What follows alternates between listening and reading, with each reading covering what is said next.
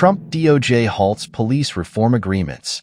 The Trump administration has issued a directive to halt and reconsider police reform agreements initiated during the Biden administration, potentially disrupting efforts to address police misconduct in cities like Minneapolis and Louisville. Key details. Memo issued.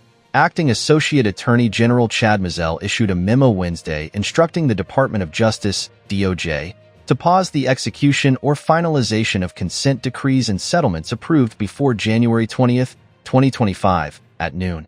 Pending agreements. Reform agreements in Louisville, Kentucky, and Minneapolis, announced by the DOJ late in the Biden administration, could be scrapped if the Trump administration intervenes before judicial approval. Restrictions. The memo also temporarily prohibits DOJ civil rights attorneys from filing new complaints or briefs, effectively freezing civil rights enforcement actions.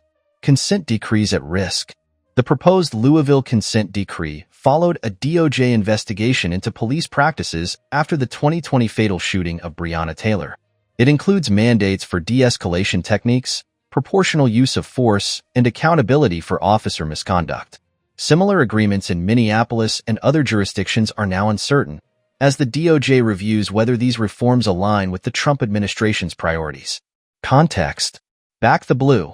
President Trump's campaign slogan reflects his administration's prioritization of police support over reform.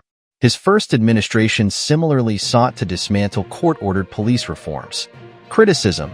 Civil rights advocates argue the move undermines efforts to hold law enforcement accountable for misconduct and foster community trust.